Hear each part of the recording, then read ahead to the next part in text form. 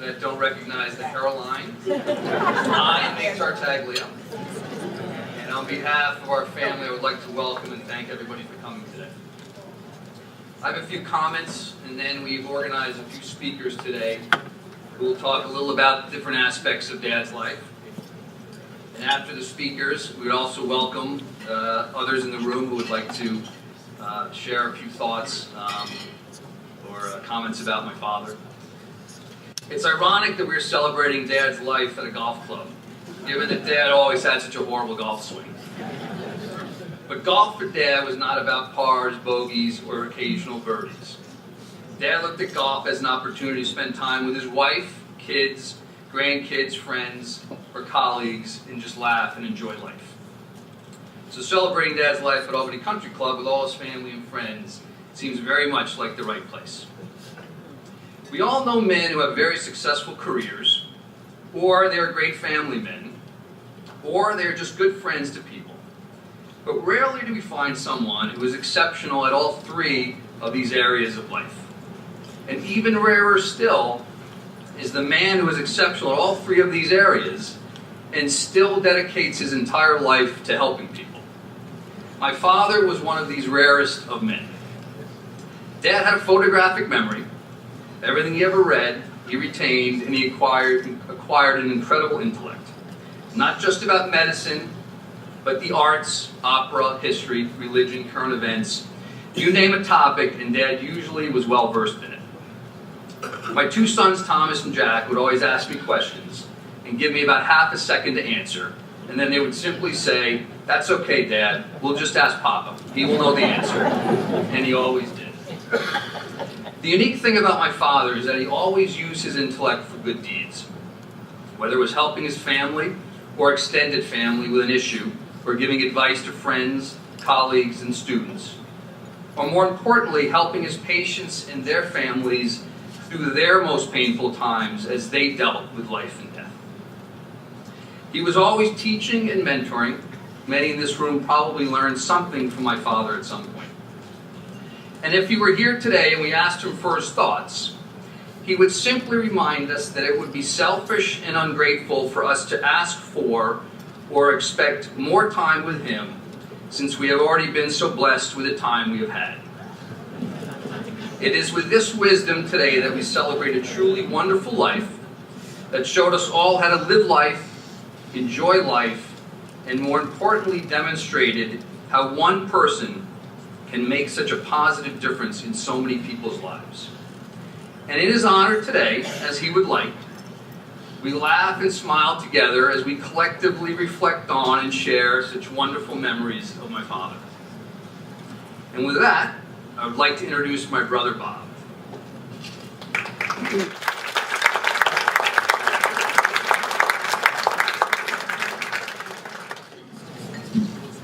Well, I would like to start by also thanking everybody who attended here today. I know my dad would be very touched. I'm not the public speaker my dad was. I think what would have helped if I had the opportunity to listen in on some of my dad's very famous lectures he used to give his students at Albany Medical College. But don't think for one second that I did not hear any of his lectures myself. Most of mine took place in high school and had to do with my lack of appreciation for the word curfew. But the hard part about me standing up here is not so much the public speaking part. It's the part that I asked my brother John if I could stand up here for an hour. He said I could have 10 minutes. So I'll get right to it. 83 years. That's a long time. One can accomplish a lot in 83 years, and my dad definitely did. His parents lived to be 101 and 102, so I have a feeling that my dad thought he had a few more years left in him. He did the next best thing, though. He took 100 plus years of great living and put him into 83.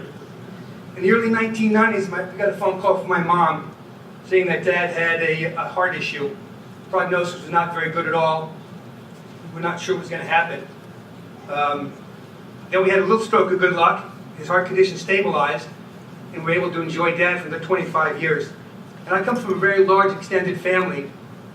To give you an idea, we have probably 40 relatives who will occasionally attend 50 straight years of Thanksgivings at my parents' house in Del Mar, New York. And Dad was the patriarch of the family. He was there for any and all questions. He was the go-to guy in medical questions or any questions at all about life. He'll be sorely missed from that standpoint. In those 25 years that Dad had, when we found out he was ill, he lived life to the fullest.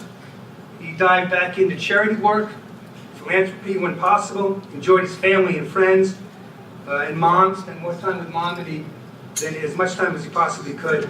And he also got to see 5 grandchildren born, the oldest of which went to the University of Michigan as a freshman this past fall. And my dad tried very hard to get her to go to Union College, and she wanted none of that. That didn't happen. My dad liked to say that his greatest achievement and best decision was not one of the mind, but one of the heart of all things. When he met, fell in love, and married my mom. In 1954, Mom was a junior at Oswego University. She had a roommate, Shirley, who's with us here in one of these seats. Shirley was dating a man named Adrian Grubbs, who was at this point a med student in University of Rochester. On one of those weekends when Shirley was visiting, she met some friends of Adrian's. One is, goes by the name of Fuzzy, Dr. Fendrick, who I think is somewhere here as well. And also Alan Cohen, who's not here, but his wife Joyce is. And also Shirley met my dad. I guess Shirley and my dad talked for a while, and Dad said, "This has been great, but I really have to leave. The opera's on the radio at 1 o'clock, and I have to really go listen to the opera." So Shirley said, "Opera, you have to meet my roommate Gene from Oswego." So Dad's a very funny guy, right? So I'm sure Dad would enjoy telling that story a little bit differently. That's the story that Mom told me. So we're gonna go with that story. Now, one story that my dad did tell was, I think this is when Mom first threw Dad a curveball. I don't think Dad ever saw this coming. So my grandfather, my dad's dad, had a deal with my dad saying, "If you go to college, I'll pay for any and all of your education and schooling, as long as you don't get married until it's completed." My dad said, "Fine, that's a great condition." So as my mom and dad are dating, my dad brings her down to Myrtle Avenue in Albany to meet his parents and the rest of the family. And at dinner time, Mom sneaks up and sits right beside my grandfather. Charms him to no end. My dad says, "Son, come over here for a second. That deal we have, okay? Well, I'm going to pay for all of your education in college until you get married. You don't get married. That's not the case anymore. The one condition is you have to marry Gene." So Dad got bamboozled in that way. So not only did the children, my brother and sister and I, know that Dad was very, very well loved by us, but we knew that other people loved and admired him as well. And we got that impression at a very early age, because at Christmas time in our house, my dad would open up more gifts than us kids did. We thought it was a kid-centric holiday, but not our house. These gifts were from patients, relatives of patients. They were from friends, colleagues, students, among others. But my dad kept a list of who sent him what, sent out thank yous, with my mom's help, of course. And so we knew that Dad was pretty special at that point. He touched a lot of people. Years later, when then Governor of the state, Mario Cuomo, picked Dad to be his personal physician, we said, "Way to go, Dad, that's great." But we're thinking to ourselves, of course Mario Cuomo picked Dad. Mario Cuomo's a great, brilliant man. Why wouldn't he pick Dad? So for us, it was somewhat normal. Son, everything in moderation. I heard that a lot when I was growing up. My dad was able to balance that, I have to say, though. Very hard work, and used to love to play. He used to love to play with the family. We were very, very lucky in that regard. Now, this may surprise some of you, maybe it doesn't, but my dad also was able to balance a very healthy ego with great humility. And I mean that seriously. I could be blinded, but I'm actually serious about that. If you look at the awards that my dad received over the years, the recognition of the boards he was asked to sit on, it's quite astounding, I have to tell you. I mean, any one of those would be a milestone of somebody's career or a capstone on somebody's professional life. And I can tell you truthfully, I know that because I have 0. And I don't anticipate getting any. So it's easy for me to be humble, not so much my dad, but he was. He really was. I never heard him talk about those accomplishments, really. When I talk about my dad, I really have to talk about my mom as well. 57 years of marriage, soulmates, partners in crime. We had a great family life growing up. Our house was full of warmth and love intellectual curiosity, laughter. My mom has a wicked sense of humor wherever she is, and so does Dad. If you look at these photographs, we've compiled here in the back wall, we do not have to cull out any bad ones of Dad. Seriously, he never frowned, always had a smile on his face. So it's very, very easy to put those photographs together. We used to watch old movies with Dad, some of the black and whites you grew up with. We had lots of spaghetti and meatballs in the house. And we really had a marvelous childhood. My parents used to travel quite a bit, all over the world. They were very lucky in that regard. They had a very large love affair with Italy. We have lots of relatives who live in Italy to this day. They went over there probably half a dozen times. Dad spoke Italian, so those were some of their most memorable trips. They take us kids to the Caribbean as well, so we did a lot of trips with them. Really fantastic memories. My dad, when he was younger, he took the month of August off. That's the way his work was, and we rented a house on a lake up in Massachusetts, and those were incredibly formative years, my brother and sister and I, as we spent August on lakes, fishing and boating. It was just marvelous. Now opera, my parents love the opera, for those of you who don't know. They've probably been to the Met about 100 times. They've seen Pavarotti, I would say 20 times. In 1994, Pavarotti announced he would be singing in LA with Carreras and Domingo as the three tenors. Mom and Dad hopped on a plane, flew out, saw the show. They had so many fantastic friends. They had parties at our house. They would go to parties, they would go to barbecues, they would go to charity events and galas. They were very, very social, had a huge network of neighbors and friends. My brother John at the time and I were living in Manhattan as single men in our 20s and 30s, saying, how is it our parents go to so many black ties and we don't go to any? But they were always out. So we had a fantastic childhood and they had a fantastic life together. More recently, we spent a lot of time together as a family, holidays, birthday parties. My dad loved magic and the circus growing up, so we were lucky enough to hire some very talented sleight-of-hand magicians who would come and perform at some of Dad's birthday parties where we had some family members. Really, he loved those occasions. They were great. We were also lucky enough to have two once-in-a-lifetime trips to Italy with the family, where Dad was able to go back with Mom, his kids, and his grandkids, and look at the same towns he's looked at for 30 years without his grandkids. He loved those trips. John and I also recreated the lake house environment in Massachusetts by renting a house up in Lake George for the past 10 or 15 years. Right down the street from Camp Chickacook, where my dad went as a kid, and he actually watched two of his grandkids go there as well, which he got a kick out of. When visiting, he would visit John and I in New York and Connecticut pretty often for holidays, because they did come down quite a bit, which was marvelous. So I have to admit that John and I, to keep our marriages alive, have become somewhat liberated. So we'd be doing some domestic things around the house. I'll just say diapers and I'll say dishes. My dad would be down there, he'd look at my sister Kathy, and he would look at John and I, and he'd shake his head. He'd look at my wife Maureen and my brother John's wife Tricia and say, look what you've done to my boys! And we'd all laugh, because Dad was old school. As John mentioned, it's ironic that we're here at Albany Country Club. It's one of the few buildings that I'm confident I can walk into and not see Dad's name on a plaque somewhere on the wall. But as I was writing that, it's actually not technically true because his name was on his locker. But I'm not going to count that. But we loved the years playing golf here with my family. Playing golf with Dad was so much fun, and as well as being very funny. Dad never mastered the game of golf, but he would play very often with 3 golf balls in his right hand pocket. He'd hit one, shot, didn't like it, he'd drop another one, he'd shank that one. He'd drop another one, he'd poke that one. And he'd just put his head down and walk up the fairway. So we would laugh. It was very funny for us. I have to confess that a couple of days ago when I was in my backyard with my wife, I said, look, I'd really like to give you a run-through of what I wanted to say here today. And after 21 minutes, she cut me off and said, you have to rethink this. So I did. I cut out hours of material. But I would like to sort of end with this, if I could. There'll be an analogy, an opera analogy, if I may. Okay, I'm going to take a few liberties with it. But I'd like to put myself at Lincoln Center, for those of you who've been to the opera or Lincoln Center. a place very close and dear to my parents' heart. At the end of an opera, great performance, the curtain comes down, and you're not quite ready to leave, and the curtain comes up, people part the curtain, and the show goes on, and you can enjoy each other for a little while longer.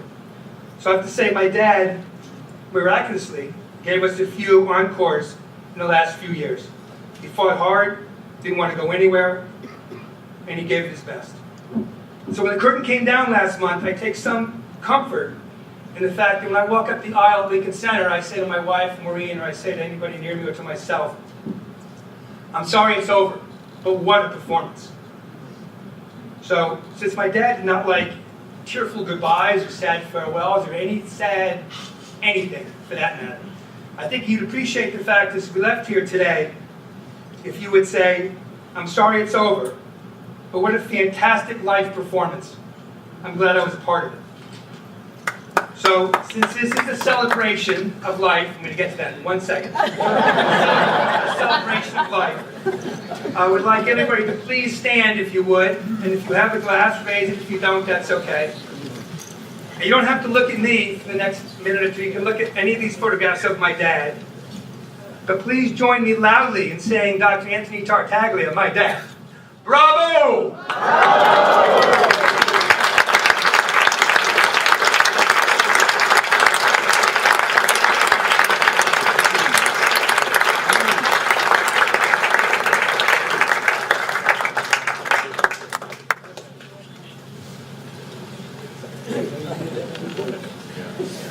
All right, well done, Bob. Dad would be proud of you. Okay, our next speaker is Dr. Kenny Adler, hematologist at the Morristown Medical Center, New Jersey. He's also chairman of the New Jersey Commission on Cancer Research. Dr. Adler is a former student of my father's, and over the years has become a very, very good friend.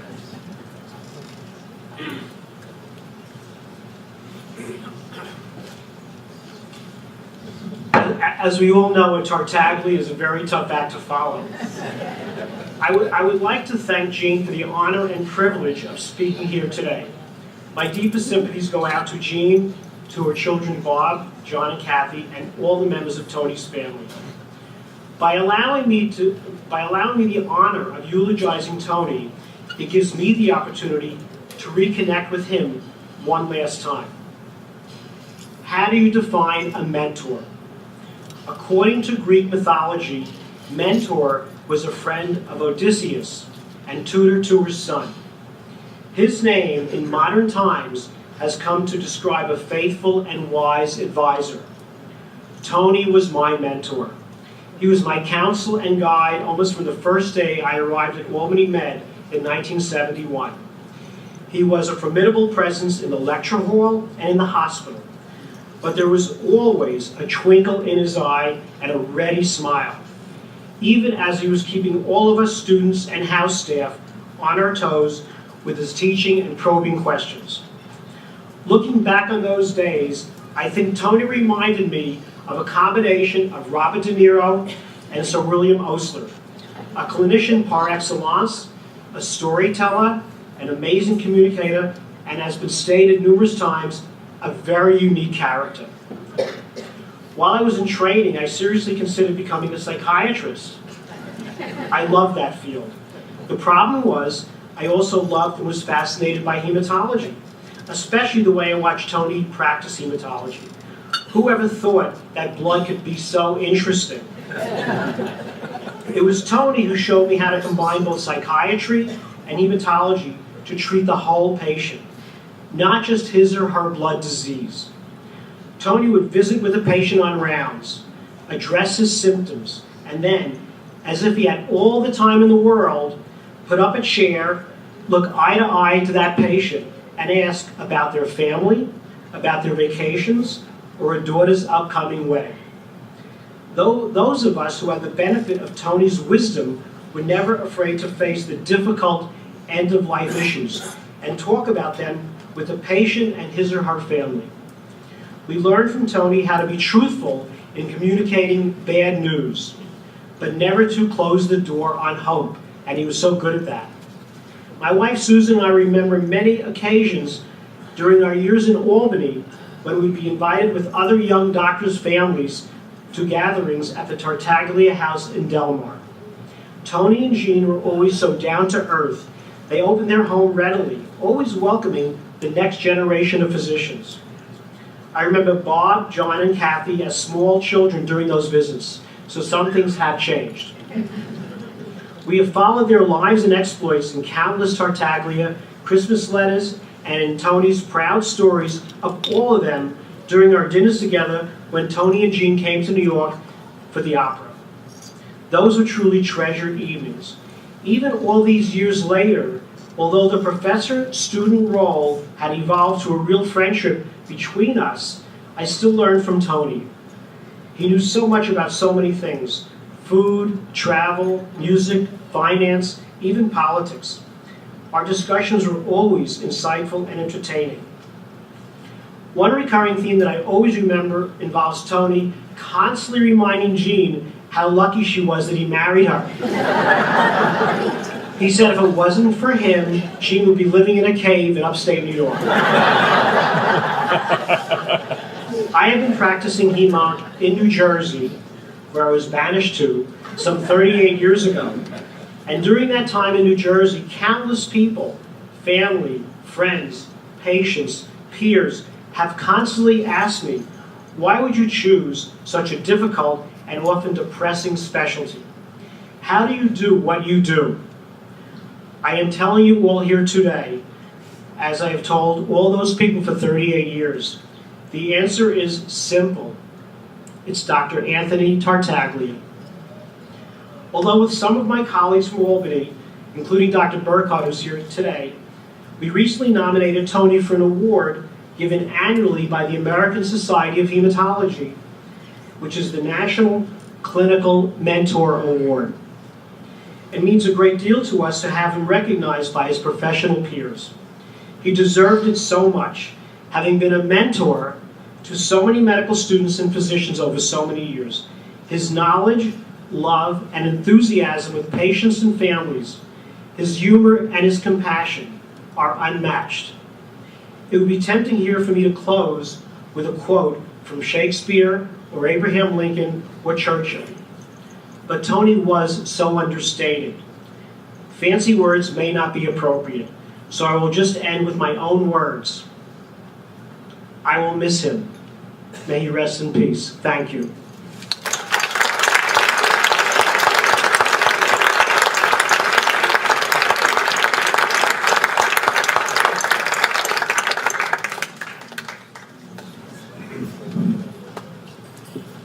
Our next speaker is Sister Kay Graber. Since 1956, Sister Kay has held a variety of administrative positions at St. Peter's Hospital, most recently as Senior Vice President and COO.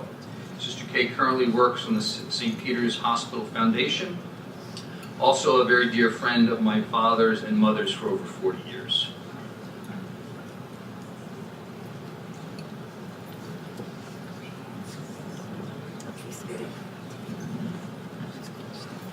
We have often heard the words of Ecclesiastes quoted or paraphrased.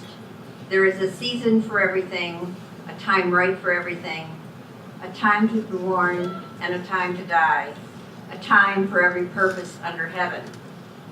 It is also, most importantly, a time of appreciation, a time of recognition, a time of joy, a time of stories, a time of laughter, a time of loving, a time of speaking, and a time for celebrating the gift of Tony Tartaglia, a man who has profoundly touched my life and each of us here in so many memorable ways.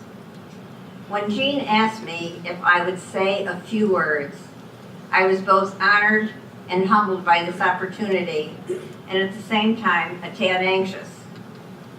It's not easy in a few brief words to tell the story of a person's life. It's not necessary, for the way Tony lived and the ways he touched our lives speak volumes and say it all.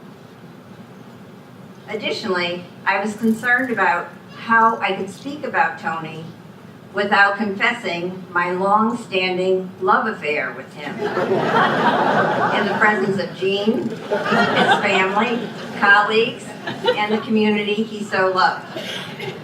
Now that the secret is out, perhaps I should clarify that statement and explain why I can be so candid. Know too that this love affair has no similarity to a one-night stand. My involvement with Tony began in 1975 when Tony came to St. Peter's Hospital as our new chief of medicine, and I was then the VP for nursing and patient care services. As the saying goes, first impressions are the lasting ones. It was evident from day one that excellence in patient care was his first priority. Given that his specialty was hematology, that subsequently expanded, and as did all the subspecialties within the Department of Medicine under his leadership. We also had a large medical residency program in affiliation with Albany Medical College, and he restructured and invigorated that with his love for and commitment to teaching and education. While patient care and medical education were his top priorities, his educational efforts were extended to other disciplines. He valued the contribution of nursing and proposed a clinical education program for nursing, which he and his colleagues offered. I attended some of those sessions and understood why the staff wanted him to be proclaimed Teacher of the Year. Some are in the profession of medicine, some are called. It was clear to Tony that medicine was truly a vocation and a calling. He was masterful at the art and science of medicine. I can still recall making rounds and observing Tony in action. He approached all patients as if they were VIPs, because to him they were VIPs. He explained clinical matters in an understandable way. He took the time to listen to his patients and perceptively answered their unspoken questions and fears, offering support, reassurance, or responding to whatever their needs happened to be. I can still recall the vignette of a 17-year-old girl who was losing her battle with leukemia, and her death was imminent. She had planned to go to her high school prom, had her dress at home, and asked her mom to buy her red shoes to go with her dress. The mom asked Tony, "What should I do?" And he told her, "Get her the shoes." She did just that, and the expression of delight on this young girl's face was worth $1 million. She died the next day. Tony's rationale: you can always bring the shoes back, but never take hope away from a patient. Do the things that matter to them. He taught by example, and that lesson should never be forgotten. This is just one instance of Tony's heartfelt compassion for those entrusted to his care. You can share your examples. Sister Ellen Waller of happy memory was CEO during Tony's tenure at St. Peter's Hospital. She was a woman of ideals and vision. I know that she not only valued his enormous contributions to the quality of our clinical care, but she relied on his candor, wisdom, and insights in her efforts to develop a system of care long before that concept was important or popular. He was a vital partner who supported the belief that our hospital was not about being just a great structure, something of bricks and mortar, steel and concrete, but something great in spirit, something great in medicine and patient care, something great in service to our community. I am sure she was smiling at Tony's return as a board member, where he continued to offer his gifts and expertise to St. Peter's Health Partners through his leadership and service on its board. His voice will be missed. The Sisters of Mercy are grateful for all that Tony contributed throughout his life to our mission and values in these challenging times. In some ways, it comes as no surprise that it was a long-term heart condition that called Tony home. He had an enormous heart, which he used in service of and for the benefit of others. His heart was in medicine and his patient care. His heart was in education. He was a dynamic and inspiring teacher. He invested his heart and talents into our community, as reflected by his activities and service on numerous boards. Most important of all, his heart was with his family. You couldn't know Tony and not know how important Gene and his family were to him and how much he loved them. Tony and Gene both love music, especially the opera. I am reminded of Yo-Yo Ma's response when asked how he did all that he did. He referred to his wife and her steady, unwavering love and said that family balances and is at the core of what he does. I believe Tony felt that way about Gene and his family. When it comes to the loss of someone we admire and love, somehow the time of loss never seems right. Yet I believe that Tony, knowing that his time was coming, faced it as he faced all things throughout his life, with courage, acceptance, and grace. In one of my last visits to Tony, he spoke realistically about his advanced heart disease. The quality of his life was diminishing, but he said, I want to do whatever I can so that if possible, I can be here a little bit longer with my family. They are just great. Terrific. Terrific was so Tony. He never said it was just good. You were terrific. I remarked that it was no surprise that he had such a great family, given their wonderful parents. He immediately countered, Gene deserves the credit, and I pointed out that the partnership and love they shared contributed to the wonderful family they created. He then proceeded to speak with loving pride about each one, Bob and Maureen and their children, John and Trish and their children, Kathy and her professional efforts and her latest endeavor, her pizza restaurant. And then he said, I hope I'm going to be able to get there and see that in action. And then he started on each of his grandchildren, beaming that smile. He told me where everyone was in school, who was in college, who was starting to look at colleges, and he had that big smile that you see in every picture around this room as he gave me the family review. In my 56 years as a Sister of Mercy associated with St. Peter's Hospital, I've had the good fortune to meet, work with, and come to know some wonderful persons. Tony and Gene set themselves apart and hold a very special place in my heart. They shared a deep love, commitment, and partnership that was inspiring, and their gracious, generous love and care were extended to anyone who crossed their path. Clearly a special gift to all of us. As I've said earlier, it's not easy to say in a few words the story of a person's life. It's not necessary, for the way Tony lived speaks volumes. Each of us have our Tony stories, which will keep him alive in our hearts. He was a superb human being, a person of humble beginnings who became a gifted and outstanding physician. He was a man of passion and compassion. He was a man of wisdom and understanding. He was an inspiring teacher who taught by example. He was a great storyteller and had a great wit. He was a distinguished physician who was both an outstanding community leader and community servant. He embodied servant leadership. He was a light and a strength, unwavering in his commitment to be of service to others. We can honor him most by continuing to live in the spirit and values that he reflected throughout his life. The poet Blake says, and we are put on this earth for a little space, that we may learn to bear the beams of love. We are grateful, privileged, and blessed to have known Tony. He bore those beams brilliantly.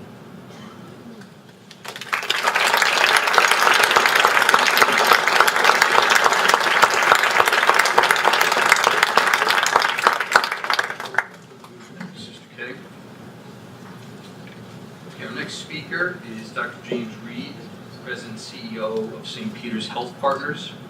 My father served on the board with Jim for many years, and what is a constant theme today, Jim is also a very good friend of my father.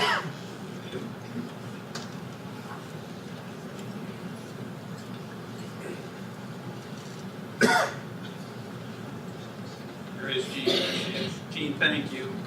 And certainly my sympathies to you and the family. Did you tell Tony that I was going to be doing this? I'm not. Tony would never have let me get the last word in. And to think that I could stand up here and say the words, finally I'm going to have the last word, I just doesn't quite work for me. So I know I'll be seeing Tony again. But thank you for the opportunity. It's interesting when someone passes to listen what is said about them. And for many people, it's a long list of accolades, honors they've received, positions they've held, and those were certainly all true of Tony. But what's interesting is I've sort of been at our own board meetings and here today and in other situations. What people really want to do with Tony is tell stories, as Sister Kay said, the Tony stories. And I was thinking about that because Tony certainly deserves all those accolades and he certainly held all those positions and received all those honors. But what is it about somebody who sort of engenders stories in you? Why do you want to tell stories about someone? And I think it's because they've really touched you. And they've touched you in a very personal way. And so actually we had our last board meeting at St. Peter's. We were thinking of Tony, we were honoring Tony, and basically it evolved into simply swapping Tony stories. And it was interesting to see how he had touched everybody. And my first encounter, so Tony and I go back quite far in a variety of venues. And I'm not sure whether somebody was just talking about dreams, and I sort of more describe them as nightmares. But so Tony and I first met. I was an intern in medicine, and I was on the HEMONC service, and Tony was, of course, the attending, the head of the service, and as an intern, you'd be up all day, and then you'd be up all night doing the admissions and whatever, and then the next morning you'd round on patients, and Tony would round with you, and then what would happen is you would file into this room, this meeting room, and you'd have to picture this. Tony would Dr. Tartaglia, at that point, would lead the way in, and all the chairs were arranged in a circle. Tony was at the top of the circle. On either side of him were the fellows, then either chief of medicine or the third-year residents, second-year residents, and you, as the intern on the night before, are sitting directly across from Tony in this circle, having been up for 36 hours straight. Tony expecting you not only to have kept these people alive, but actually to have done research during the middle of the night to be able to answer his questions. And this is my introduction to Dr. Anthony Tartaglia. It is affectionately called Tartaglia Rounds. That's what that was called. And it was, oh my goodness, it had been described to me over and over again as an intern. Oh, Jim, just wait, you're going to get the Tartaglia Rounds. You think it's tough here, wait till you get the Tartaglia Rounds. And so forth. And so the first time I'm going through Tartaglia rounds, we file in, and I don't even notice, Tony never leaned forward to talk to you. It was always, he'd sit back in his chair, kind of like this, and he'd put his hands right here, and then that was always the signal that here it comes. And Tony, I remember the first question Tony ever asked me. This was probably the first interaction I ever had with Tony. Tony sat there, I admitted somebody with chronic myelogenous leukemia the night before CML, and I'm thinking, I'm worried, we got to get back, because I don't know if I've got these people plugged in right and everything else. We got stuff to do. And Tony sits there, and the rule was you didn't want to look at Tony, because if you looked at him as the intern who was on, he would ask you a question. However, if you didn't look at him, he knew you didn't know the answer, so he'd ask you a question. So I'm sitting here in my state of schizophrenia trying to figure out, do I look at him or do I not look at him? Tony asked me the following question. He says, Dr. Reed, in a patient with CML, there's a genetic translocation between what two genes does that occur? Now, sometimes you have that bubble over your head and you can't remember whether you actually said it or not, but he asked me this question. I've got these patients waiting, and the only thing I could think of is he serious? This is my life for the next month? Is getting asked questions like this, and I'm worried about, because, I'm supposed to know this. And I didn't know the answer to that one. And Tony said something to me at that point that I will always remember. And it was one of the first things after the question, it was the first thing he ever said. He said, "See, Dr. Reed, you're not as smart as you think you are." Very, very important lesson for me. And So the point was, Tony was old school, as I think Rob said. Tony was old school. And what did old school mean for us in medical training and so forth when you referred to someone as old school? Well, Tony didn't care how tired you were. He didn't care what your personal situation was. If somebody came to you for care, that person should receive the absolute best intellectual rigor that you could apply at that moment. It didn't matter where you were in your own mind.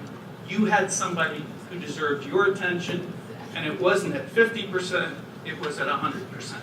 That was what old school meant. And Tony was, I would not describe him as gentle in teaching that lesson. He really wanted that lesson to stick, and stick it did, because I finally, I could say I move on, I graduate, I escaped from the mock service, and Tony kind of drifted into the background for me, and a number of years later I was in medical practice, and I'd been asked to join the Northeast Health Board of Directors. So I'm going to my first Board of Directors meeting at the Krause Center over in Troy in the Catskill room, and I walk into the room, and you just knew it was going to be this way. I walk into the room, and they're literally sitting across the boardroom table from me is who? Dr. Tony Tartaglia. And so, and I'm getting these flashbacks now, and having a whole new appreciation for the patients I had who had post-traumatic stress disorder. It's all happening to me as I'm thinking about this. I'm thinking, Tony and I are now, we're equals, we're colleagues. Does that sound a little bit odd? No one was ever going to be Tony's equal. And Tony was going to teach me that lesson for sure, I knew.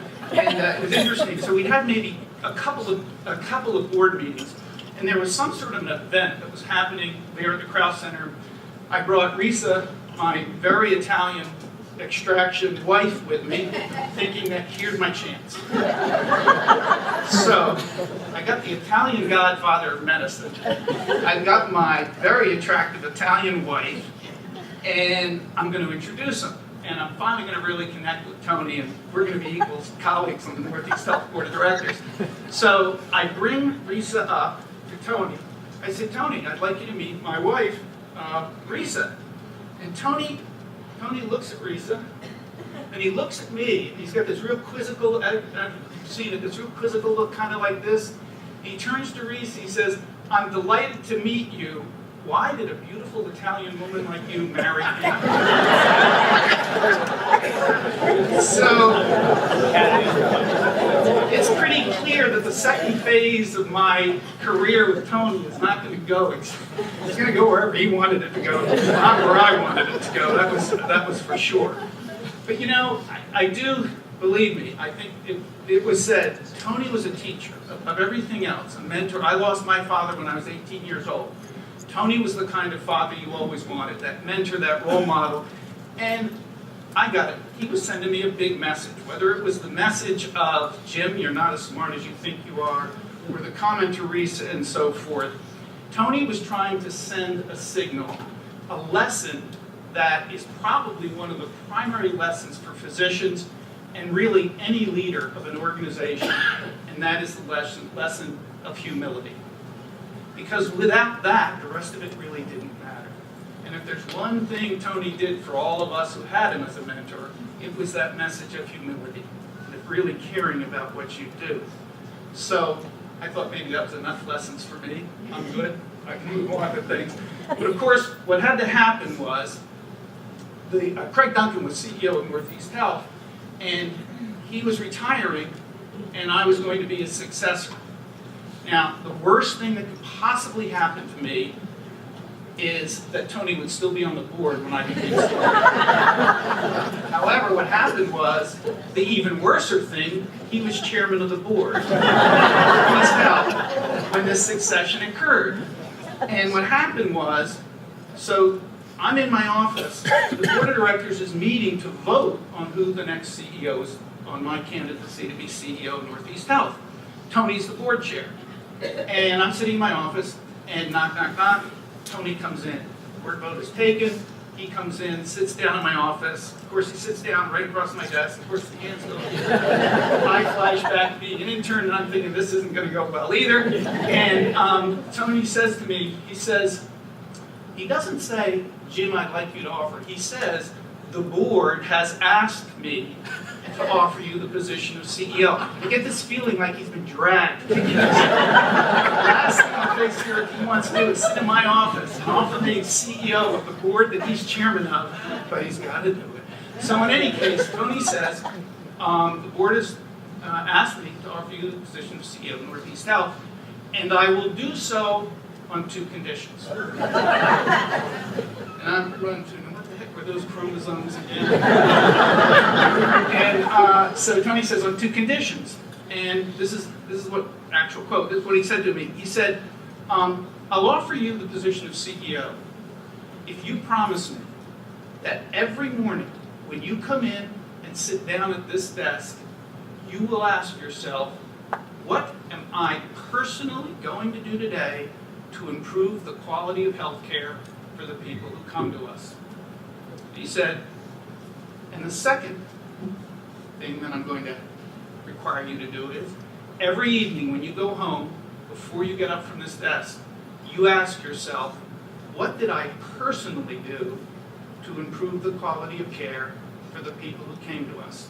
He said, if you'll say yes to those 2 conditions, I'll offer you the position of CEO. And it was interesting then to watch Tony on the board, because obviously I got a whole new perspective now. Tony became absolutely the unquestioned leader of quality for our organization, Northeast Health and then St. Peter's Health Partners. It was absolutely his #1 priority, and he was going to make sure it was everybody else's #1 priority. I remember we were having this debate once, and I shouldn't say, you didn't debate Tony, you sort of made your point and then he told you what the right answer was. So just let me go with debate for today. So we're having this debate, we're sitting in the Catskill room again, and it's with the quality committee, and it's over dashboards, and there was a particular quality indicator that we were at about 50% on. The national average was about 50%, the state average was about 50%. Not great, not where we want to be, but we're there. And the point was made on this particular indicator, what was going to be our goal for the next year, and ensuing year, and so forth. And I was, of course, in my commanding voice saying, well, you know, why don't we shoot for like 75% next year, then we'll take a look, maybe go to 80, 85%, because look, you can't bite it all off, you can't eat the elephant in one bite. It's just, you know, people get depressed because you're going to set a goal that you can't reach, that kind of thing. So we'll still be above the national average. All these rationalizations. And people are starting to buy into these rationalizations. And then it gets to Tony. And Tony's sitting there like this. And I'm thinking, here we go. And Tony said, no, the goal is 100%. And I launch into my rationalization again. Tony, you can't set it at 100%. We're at 50%. The rest of the world's at 50%. We're at 100%. People know you can't get there. But the number's 100%, Jim. I said, you set it at 80%. Do you want to be the person that comes in the day that you decide to be just operating at 20%? What Tony was trying to teach us, and what he did over and over again, is there are some things in life that are relative. I had a reasonably good golf game. That was okay to say. But there are other things in life that are absolute. They're black and white. And medicine is one of those things that's black and white. You do it the right way, and you do it the right way every time. And that was the message that Tony sent over and over and over again to me, to our board of directors, that this idea of things being relative in life simply didn't apply to things like healthcare quality and medicine, and it wouldn't apply in any organization that he was part of. One last thing I want to mention, and that was really my final conversation with Tony. It was over the telephone. He had called me. His prognosis clearly was not good. It was getting to the point where he was not able to attend board meetings, and he had called me to say, asked, should he step off the board of directors? And I said, Tony, if I go to my board of directors saying that you're going to step off it, they'll fire me first. Then they'll consider your request to step off the board of directors. So that's not going to happen. And we wanted to do a leave of absence so Tony could come back should his prognosis change. And Tony and I had a very lengthy, actually very clinical discussion about his situation. And then there was a pause. And this is the one I won't forget. This was not characteristic of Tony. This wasn't a phrase that he would have used, but he said to me after this pause, he said, Jim, it ends here. He didn't say this was the ending. He said, it ends here. And I knew exactly what he was talking about. I'm not sure why, but I did, because we hadn't talked about it. He wasn't talking about his life at all. What he meant was that he finally had to let go of his role as a teacher. And I think that was one of the hardest things Tony ever faced in his life, was to realize he had to let go of that role as teacher. And for me, I know for many of us, this was the part of Tony, this teacher, this mentor, that really touched us most, where the stories really came from, the part that engenders all these stories that we'll remember. And so, as long as I remember these stories, I know I'm going to remember Tony.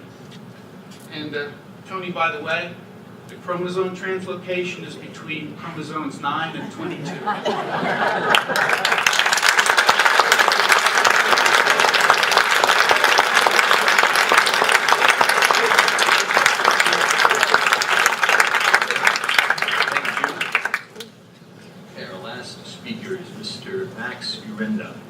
Executive Director and CEO of the Double H Ranch in Lake Lucerne. My father was on the Double H board for many years and was truly inspired and admired the wonderful work at the ranch. Again, over the years, Max and my father have often just colleagues to good friends. Where is Max?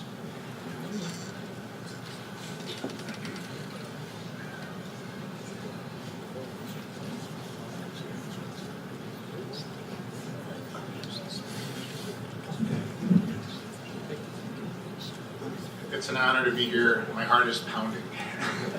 I represent, anytime I speak publicly, I always represent my board of directors who love Tony, the thousands of volunteers who support our mission at the Double H, and most importantly, the tens of thousands of children that we touched their lives. And I'm going to hopefully share the story of Tony's involvement. I want to thank Jean and her family for affording me the opportunity to share a little bit about why Double H exists today, and why I would not be standing here today if it were not for Dr. Tony Tartaglia. I think capturing the essence of any individual is a very difficult one, particularly if you're trying to capture the essence of that person in words. I think particularly with someone like Tony, obviously recognized as Dr. Anthony Tartaglia, affectionately known as Dr. T, and many of us who affectionately would call him Tony, and our friend. Back in 1992, through the vision of two incredible men, Mr. Charlie Wood and Mr. Paul Newman, they were going to undertake a very special, a very unique mission in working with children and families who were dealing with life-threatening illnesses. So everything that we've kind of heard today, all his contributions in the medical field, kind of full circle to hopefully entice Tony to become involved with us.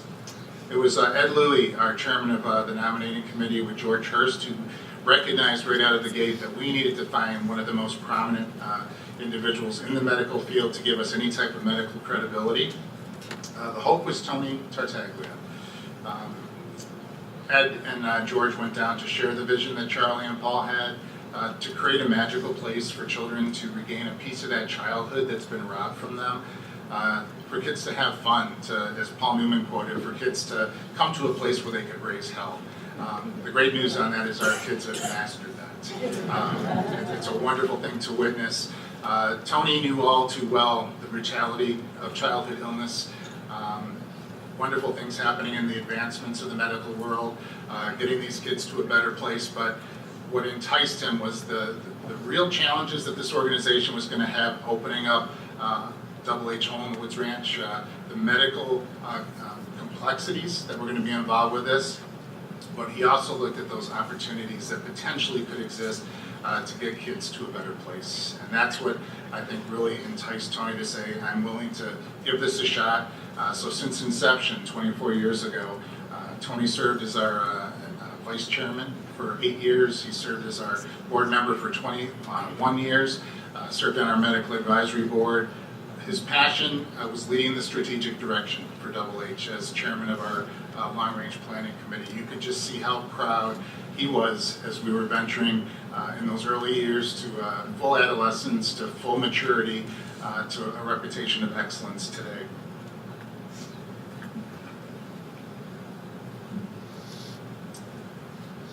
I think what was amazing in the eyes of Dr. T, he could see things ahead of the rest of us.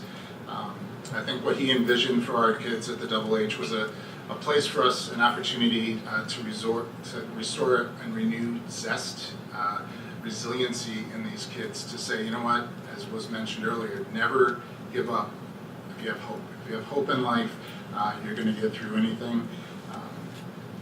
I think the bottom line is that Tony has been mentioned today. His name, his recognitions are significant, and I would very much like to kind of take you on a little journey, and I hope the messaging goes well as I'm trying to capture the essence of this incredible man. If he were to walk through that doorway right now, at every board meeting, it was very deliberate, but unassuming, yet uniquely powerful, his entry. And I always felt like the horns and trumpets should be blaring as Anthony Tartaglia has entered the room, which he wouldn't want that at all.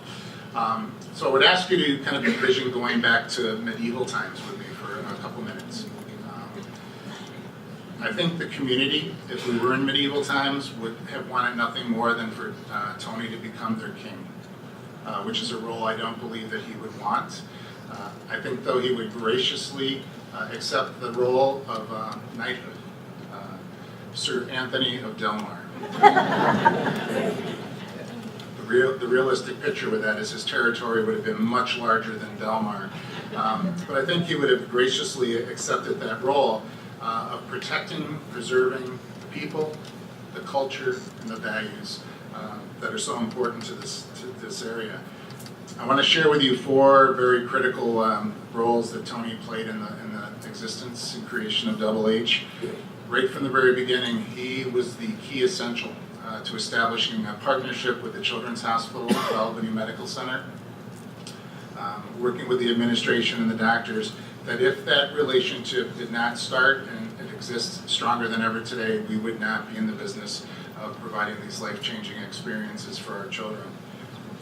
Back in the late 1993, which was our first year of existence, there were kind of rumors and some strong messaging coming from the original camp in Connecticut that the medical component of our program was not going to quite be at par with what was in Connecticut.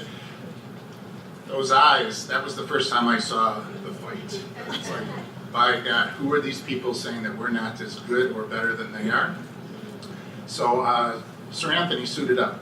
I see Dr. Marty Leapow, who joined, he and I, and we're going to call him King Charlie.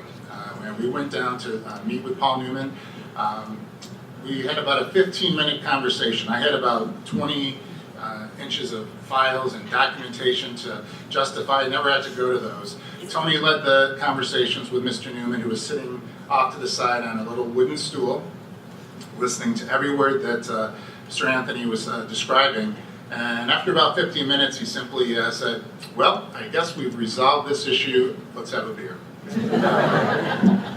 If Tony hadn't changed Newman's understanding and perspective of what we were trying to take forward, and thanks to our founders and certainly Dr. T, we are now a member of the largest global family of specialized camps in the world, something that I know Tony took great pride in. With any startup, the early years, many challenges, many hard decisions to make.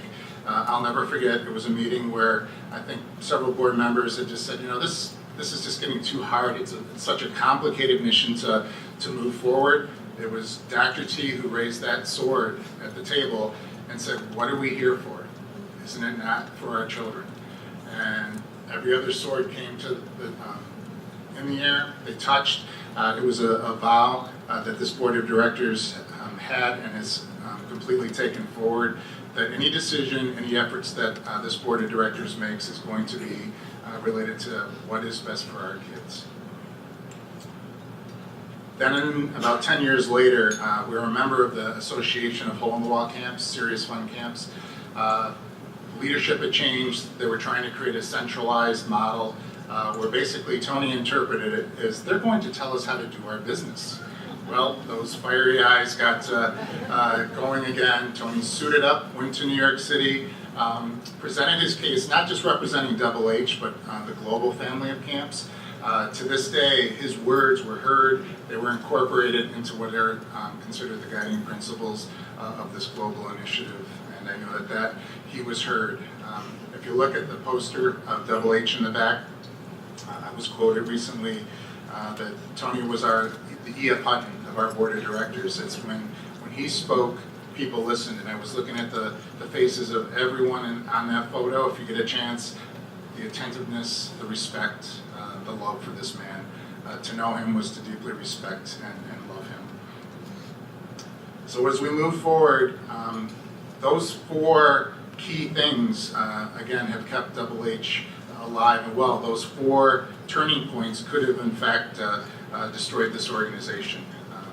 Through Tony's vision and his dedication and love, we are very, very fortunate that we're here today. Tony at board meetings, a very thoughtful listener. Yes, the arm's back. When his head rose, he would have his head down slightly, but when it rose, I knew something was coming. And it wasn't a wave of a hand to ask the question, it was an index finger. Just an index finger pointed forward. I have a point to make. And as everyone has mentioned, Tony's contributions, again at those board meetings, he put everything in perspective. He believed in opinions. Debates were good, but what he seemed to be able to do with such a gift was to put all those different ideas and thoughts and desires into a very clean decision, which helped us continue moving forward. I think, Sir Anthony would be very proud. I had a vision this morning, and this photo has been not haunting me. It's been something that just, I keep looking at it. And if you could envision him head to toe, suited in armor, on a horse. I don't know if his equestrian skills are very good, but his protective sword next to his side, that face, a reassurance that he is with us and that he's not going anywhere. I think Tony's legacy is this community. It's not just Double H, it's not St. Peter's, Albany, it's this entire community that he embraced and gave every ounce of his heart and soul to making us a better community. I define legacy as the values of the past, nurture for the present, for the betterment of the future. Tony's values have made what is today Double H that reputation of excellence. And my God, his smile and his laughter was, you could just see that, knowing that the betterment of the future was not just for the community, but for those children. That those children were going to have a better quality of life. They were going to beat the odds of those challenging illnesses. One of his favorite moments were those midsummer parties we used to host for our counselors at Black Mountain Peninsula, where many of our counselors are pursuing healthcare and medical careers, where he would just listen so intently and listening to that enthusiasm, the dreams, desires to help children in the future. And then his tales of reassurance, that encouragement for these young leaders that he saw as the bright future of our country. It's a wonderful thing. We keep hearing teacher, mentor. Tony was my assigned mentor when I was having my kind of troubles many years ago, where I didn't feel I was balancing my family and my career as well. And I had many wonderful board members who wanted to help support me through that, but they assigned one man. Dr. T. Family first, absolute integrity at all times. Admit your mistakes, know your stuff. Take care of your people. I'm almost done. Treat others as you would want others to treat you. Tony, you mentioned humility. He was a humble leader. You never heard him talk about all these wonderful things that he's accomplished in his world. He was a giver. It is with great sadness that he's not with us physically, but I feel strongly that his legacy for this community, that the work that he's done is not following him to his grave, but it is going to live on forever through all of us in this room, and certainly through the children that he has graciously and certainly impacted in significant ways, and he'll be with us forever in his suit of armor, Sir Anthony. Thank you.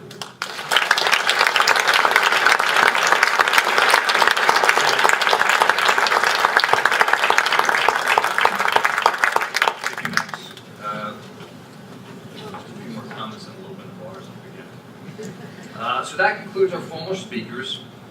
I would like to mention one final tribute that was very dear to my father. In 2000, the Albany Medical College class of 1970 established the Anthony P. Tartaglia Scholarship Fund. Last year at their 45th class reunion, they announced that the fund had grown to over $1 million. Dad was able to be at this reunion with my mom, and it was an extremely special event for him. So that concludes our presentation this morning, or this afternoon. I'm happy to open up welcome anyone else who would like to make a comment or two if they have some special thoughts or stories about my dad. Otherwise, sure.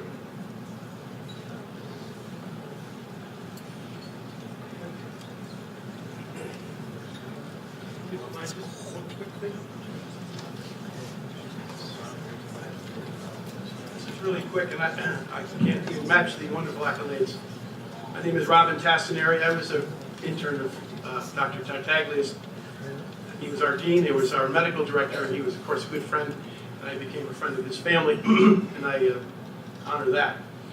Just one thing that I want to mention is Dr. T, or Tony's sense of humor, and just an old story and a real new one. An old one that goes back to his first years when we were interns, and there was a party that some of you may remember called the party at Pickard's Grove, where the interns and residents would go and do awful things and make fun of the faculty. Now, The Godfather had just come out, and there was a resident came in with a white coat and a bald kind of scalp thing, and he was down to Tartaglia. And we never laughed so hard, but I was sitting near Tony, and I was terrified because I thought he was sitting like this during the whole thing. But when it ended, he looked like that.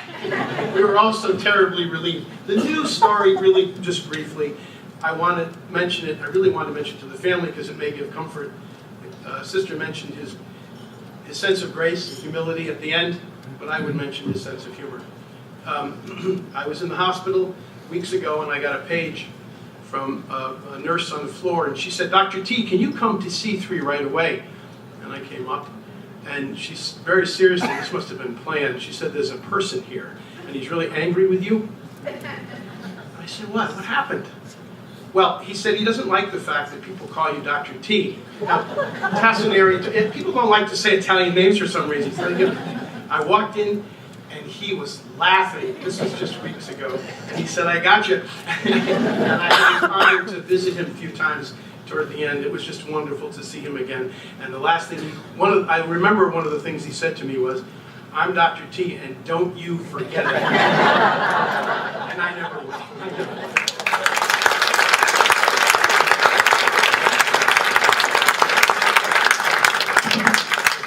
On April Fool's Day in 1996, I started at Albany Medical Center as Director of Pastoral Services. The doors swung open to the office around 5 till 12.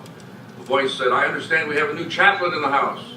I said, "That'd be me." He said, "How do we know for sure? It's April Fool's Day." And I said, "Well, I've deliberately done that because if I get tired of it someday here, I'm just going to say April Fool and walk off." He said, "I'll take you to lunch." I said, "That's the deal." We had a wonderful time. Frequently after that, we would talk at the table, and he had a way of provoking people into intense conversations. Amazing, before the noon hour was over. And I thought of Hafiz's poem that says, God blooms from the shoulder of the elephant who becomes gracious to the ant. He had a great deal of weight in scholarship and kindness and all these things, but he also was gentle with it, as I experienced him, a pastoral side. Tony, God blooms from the shoulder of the elephant who becomes gracious to the ant.